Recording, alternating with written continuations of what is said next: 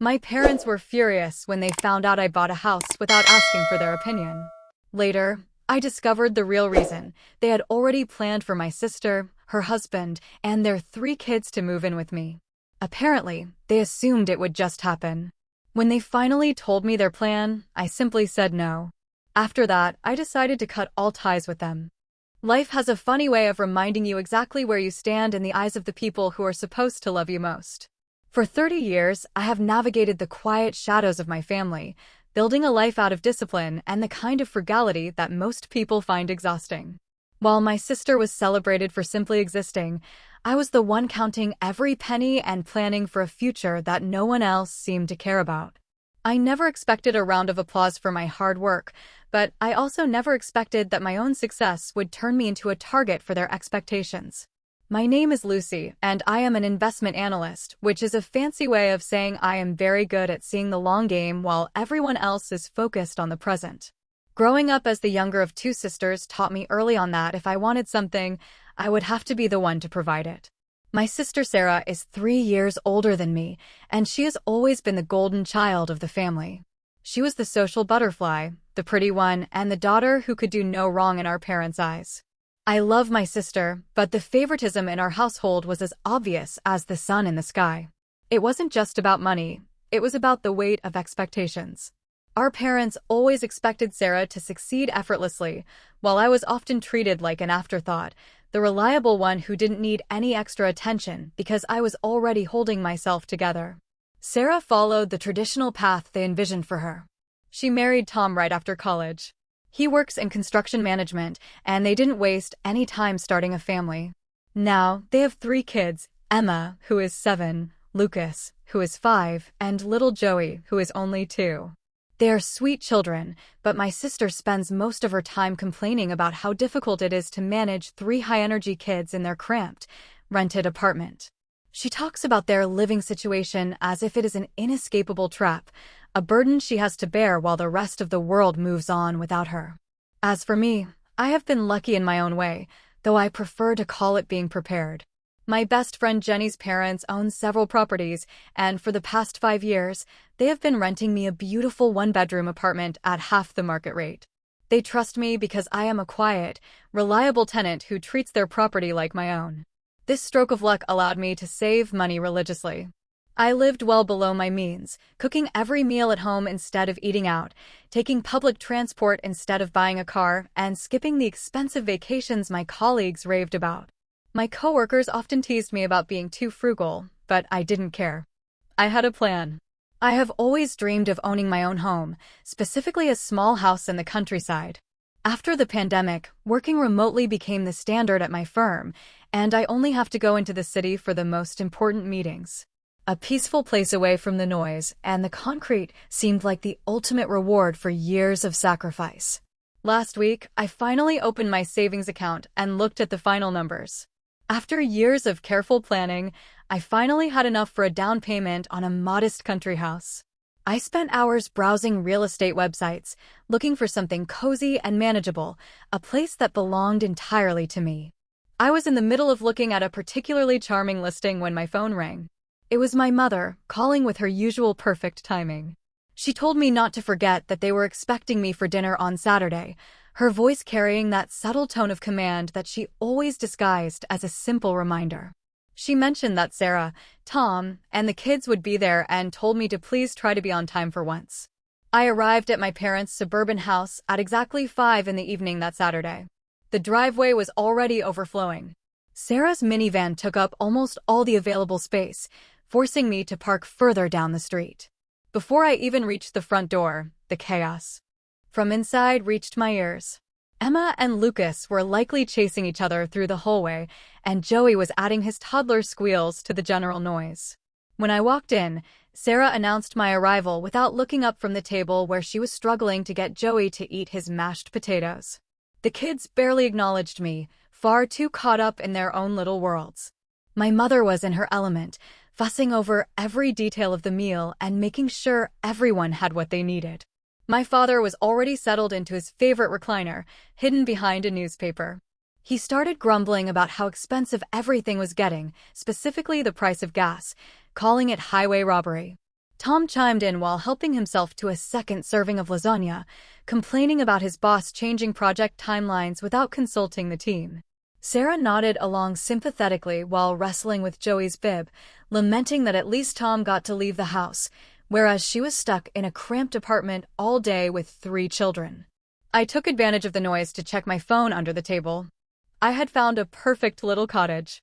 It had 2 bedrooms, a large kitchen, and a beautiful garden. The price was exactly within my budget. I was so absorbed in the photos of the garden that I didn't realize my mother was watching me. She asked what was so interesting on my phone that I hadn't even touched my food. All eyes at the table turned toward me. I felt the heat rise in my cheeks.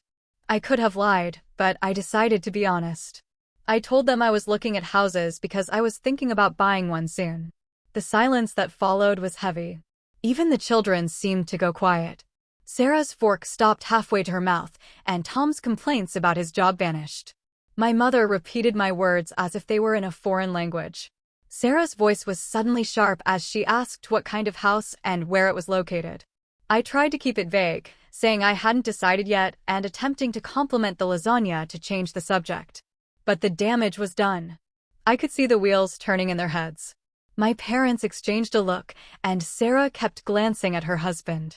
The rest of the dinner felt strange, like everyone was playing a part while their minds were elsewhere. A week passed, and I had almost forgotten the tension of that dinner. I was busy with work and researching mortgage rates until my mother started calling me repeatedly during a meeting. When I finally called her back, she was bursting with excitement. She claimed she had found the perfect house for me in a neighborhood belonging to a friend from her church. I felt a headache starting as she described a 5-bedroom house with a huge master suite and a backyard already equipped with a playground.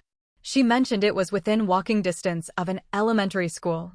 I tried to tell her that wasn't what I wanted.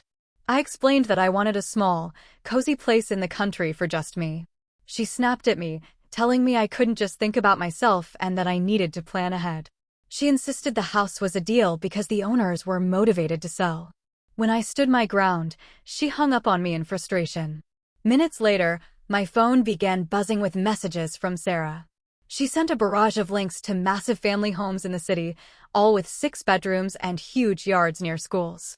I told her I wanted something smaller and rural, but she ignored me, sending more links to houses with in-law suites. I eventually stopped checking her messages and called a realtor named Amanda Chen.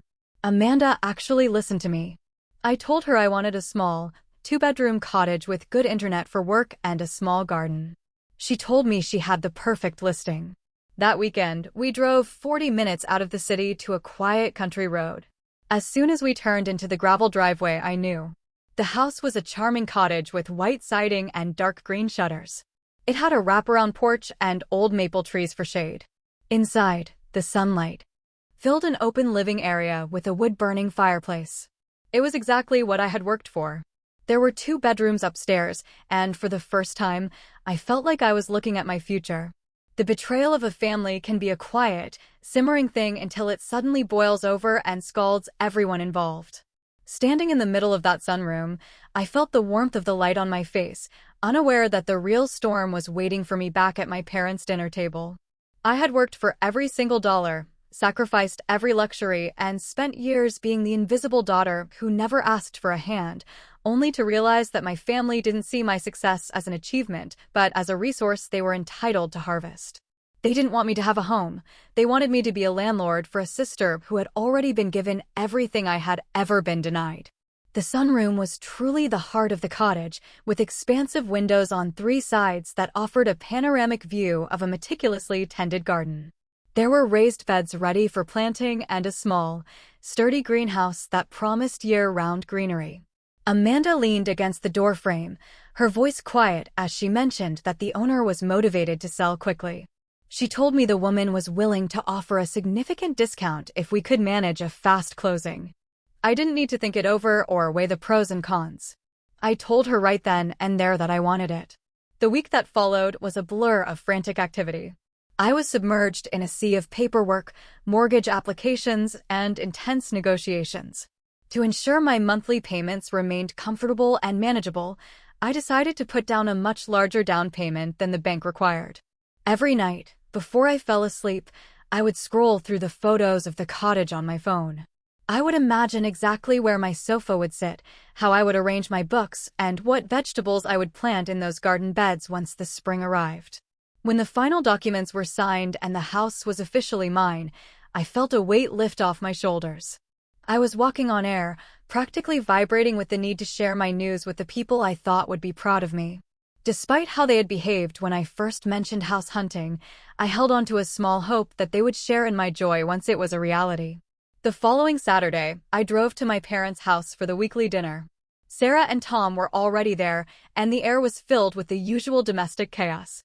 We sat down for my mother's traditional pot roast, and the conversation followed its predictable patterns. Tom grumbled about his latest workplace drama, Sarah detailed her exhausting struggles with the kids' school schedules, and my father provided his usual grim commentary on the state of the national economy. Then, my mother turned to me with a smile that made my stomach tighten with an instinctive sense of dread. She told me she was so glad I had come because she had been speaking with Barbara, the neighbor next door. Barbara was planning to sell her house, and my mother claimed she was willing to give us, then quickly corrected herself to say me, a very good price. She insisted that I should really consider it. I couldn't hold the secret back any longer. I interrupted her and told the table that it was too late because I had already bought a house. The sound of cutlery hitting ceramic was deafening in the sudden silence. In the living room, Emma stopped mid-cartwheel. The stillness in the dining room was absolute. I took a deep breath, trying to ignore the mounting tension, and began to describe my new home with as much enthusiasm as I could muster. I told them about the beautiful cottage, the 40-minute commute, the 2 bedrooms, and the incredible sunroom and greenhouse. I was mid-sentence when my father's fist slammed down on the table. The plates jumped, and Joey immediately began to cry at the sudden, violent noise. I had never seen my father look that angry. I stammered, completely blindsided by his fury. My mother's face had turned an alarming, mottled shade of red. She screamed at me, asking how I could dare to buy a house without consulting them first. She brought up all the massive family homes they had sent me, calling them perfect. I felt like I had slipped into a fever dream. I asked her why on earth I would need to consult them to spend my own hard-earned money on a house for myself. My mother was practically hysterical now, shouting that they had it all planned out. She said Barbara's house would have been perfect because it was in the neighborhood and had plenty of room for everyone. I repeated those last words slowly, the confusion turning into a cold realization. I told her it was only going to be me living there. The silence that followed was even more chilling than the screaming. My parents exchanged a look of shared understanding, while Sarah sat there with a terrifyingly calm expression. Tom suddenly became very focused on the food on his plate, refusing to look up. My mother spoke in a low tone that made my blood run cold. She told me the plan was for Sarah, Tom, and the children to move into the house with me. I waited for the punchline, for someone to laugh and tell me it was a joke, but it never came. I managed to choke out a question, asking what she meant. Sarah nodded as if she were explaining something to a toddler, saying how cramped they were in their apartment and how hard it was for the kids. She told me my house would have given them the space they needed. Then she smiled, as if she were just asking to borrow a sweater, and added that since they wouldn't have to pay rent or utilities, they could finally start saving money. I looked around the table, searching for a single trace of irony. All I saw were expressions of absolute seriousness. I saw my father's stern disapproval, my mother's righteous indignation, and the flat, entitled expectation on my sister's face. I struggled to find my voice, asking if they had really just assumed I would buy a house for Sarah's entire family to live in. My mother threw up her hands and said that was what family was for. I was incredulous. I told her this wasn't helping. This was an expectation for me to provide free housing for 5 people without even being asked. Sarah's calm mask slipped, and she called me selfish. She started listing the grievances of her life, how the kids had to share rooms and how Joey's crib was in her bedroom, as if her reproductive choices were a debt I was required to pay. The room felt like it was spinning. They had spent weeks planning my life and spending my money without ever once considering what I wanted. My mother then demanded that I cancel the purchase immediately. She told me to call my realtor on Monday morning and buy Barbara's house instead because it was near good schools. I stood up so quickly my chair screeched against the floor. I said no, the word fueled by 30 years of being the second best daughter. The room exploded. My mother was waving her arms, my father's voice boomed over the noise, and the children were wailing. Sarah wailed about how cramped they would be, complaining about the commute to ballet and soccer as if I had already agreed to be their chauffeur. I turned to my sister, and something inside me finally snapped. I told her she wouldn't be cramped anywhere because she wasn't living in my house. I made it very clear that none of them would ever live there. They stared at me as if I were a monster. My mother gasped, clutching her necklace, and asked how I could be so cruel to my own sister. I grabbed my purse and walked out, their voices rising behind me like a tide of resentment. Later that night, sitting alone in my quiet apartment, the memories came back in a flood. I remembered the Christmas where Sarah got the expensive doll she wanted while I was given a cheap knockoff. I remembered her 16th birthday, where she was given a brand new car with a bow, while I inherited a broken-down Honda with high mileage. I remembered her catered graduation party with a DJ, while mine was just a quiet dinner because they claimed money was tight. Sarah had her entire college education paid for, while I spent my nights applying for scholarships and maintaining a perfect GPA just to have a chance. Now, after a lifetime of giving her everything and giving me the leftovers, they expected to take the one thing I had built for myself. The realization that your own parents would treat your life's work as a communal asset for a sibling is a special kind of heartbreak.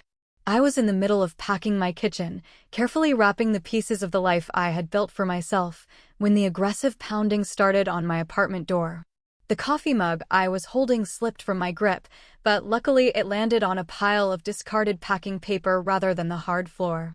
My father's voice, thick with a commanding authority I had spent my life trying to satisfy, boomed through the wood. He demanded that I open the door immediately, claiming they knew I was hiding inside. I froze where I stood, the crinkle of bubble wrap in my hands sounding like thunder in the tense silence of my apartment. The pounding came again, harder this time, making the door rattle in its frame. I shouted back for them to go away, telling them I had nothing left to discuss, but my father's rage only intensified.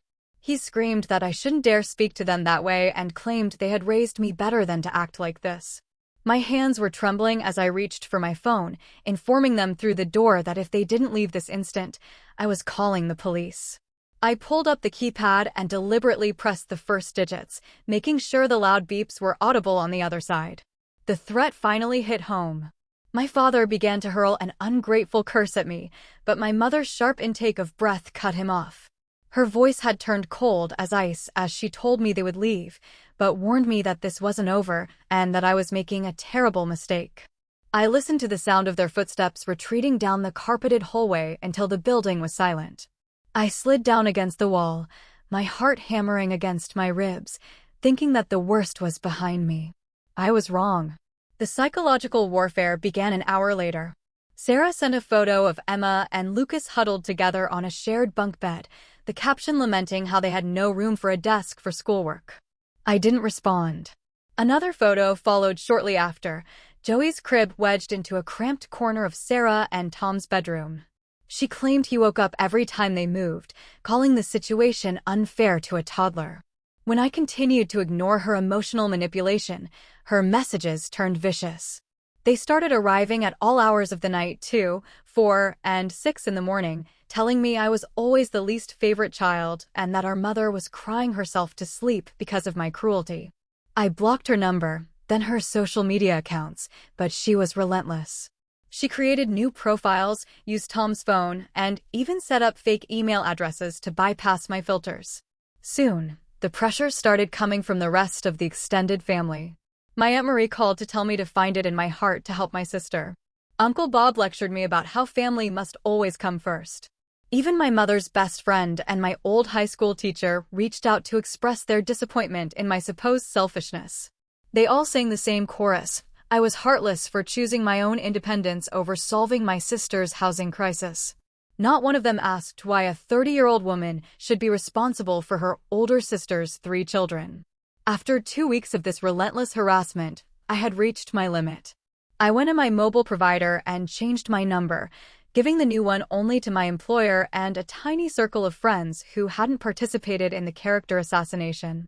On moving day, I took every precaution.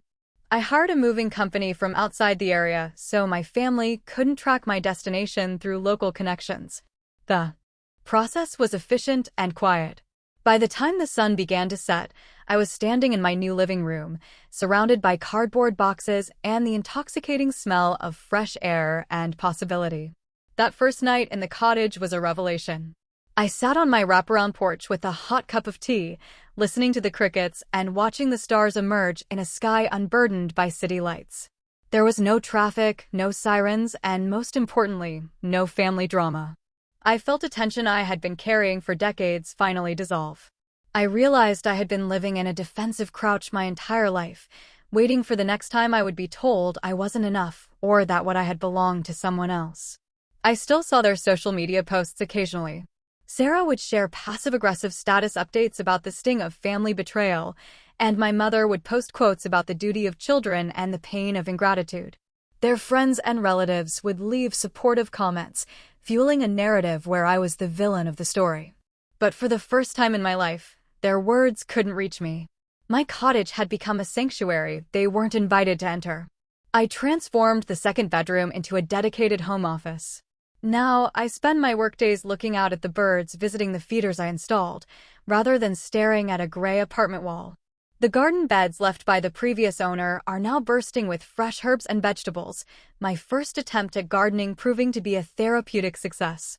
The greenhouse has become my favorite weekend project, a vibrant space filled with life that I cultivated with my own hands. My productivity at work soared without the constant interruptions of family crises. My boss noticed the change, rewarding my focus with more responsibility and a significant raise. I began investing even more into my future, taking advanced strategy courses and building a life based on my own merits. While there are fleeting moments where I mourn the idea of a supportive, loving family, those feelings vanish when I remember the reality of the people I left behind. I have traded their conditional love for my own absolute peace. I've made new friends in the local area, people who work remotely, members of a gardening club, and neighbors who understand the value of a boundary. They know me as the successful woman I am today, not the shadow of a sister my parents tried to force me to be. There is a certain irony in it all. My parents always claimed they wanted their daughters to be successful and independent, but they only meant it as long as that success could be used to serve their favorite child. I am the only one who actually achieved the dream they preached, and my greatest act of independence was finally freeing myself from them. I've learned that sometimes, the most loyal and supportive family you can have is the one you build within yourself. I am living my life on my own terms now, and that is more than enough. I hope you enjoyed this story.